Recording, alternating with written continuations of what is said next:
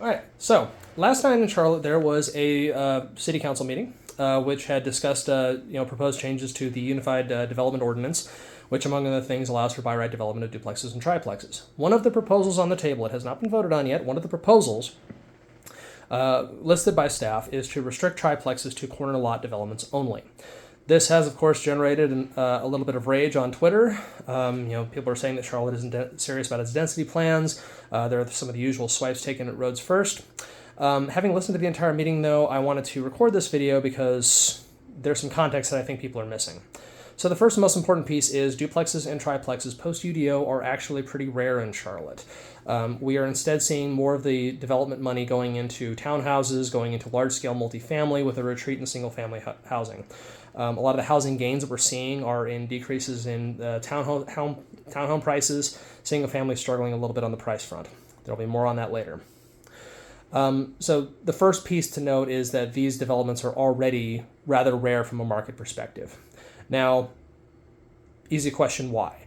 I'm going to say it's the financing. Financing is going to, on a national level, biases large-scale development. So it's going to bias, your apartment complex. It's going to bias townhomes because they're seen as being closer to single-family housing. It looks detached. And one of the other proposals of staff was to say, okay, well, let's decrease some of the lot sizes then, so we can allow for some smaller, single-family, denser but single-family. The financing angle is something that it's going to be very difficult for the UDO to tackle, and it stands out as an obvious reason for duplexes and triplexes, which are usually smaller scale developments, why we wouldn't see so many of those. So that's the first piece. The second piece, the reason why staff recommended it was because they want 2 driveways for access to triplexes. Whether you agree with that reason or not, that's the reason why they proposed it. So pertinent question, where do members of council stand on these proposals? Well, I think it's important when we start taking, swipes at roads first, for instance, the 2 Republican members of council made comments that were more in line with saying, hey, we passed this thing. Let's not introduce too many changes that will create a chaotic environment for developers. Ed Driggs had brought up, hey, on a related proposal, is this proposal going to essentially upset the apple cart with respect to developments that are in progress? And the staff kind of didn't answer his question, but it's a very pertinent one to have, and Bakari echoed those comments. He also brought up some very understandable concerns about stormwater, and infrastructure, which are things that we don't often talk about when we're talking about density, which do need to be talked about. It's something that, especially in this city, are important things to consider, particularly with respect to developments that might change the stormwater pattern and divert rivers into people's basements. I've heard complaints from neighbors about that very thing happening. So, fair concern.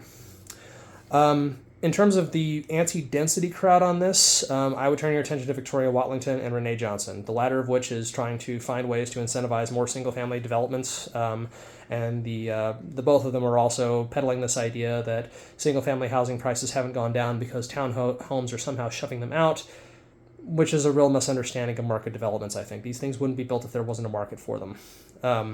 And in terms of people wanting those denser developments, that's increasingly where we're seeing demand go. So that leaves us back with the triplex proposal. Is it a retreat on density? Yes, but I wouldn't argue that it's such a consequential one. Most of where we're getting the progress on missing middle is having to do with townhomes, smaller lot sizes, and not so much on the duplex-triplex front. It is great that they're allowed by right, but if we lose the triplex issue, that is not the 4-alarm fire that Twitter is making it out to be. So that's all I wanted to comment with this video, and I'll see you on the next one.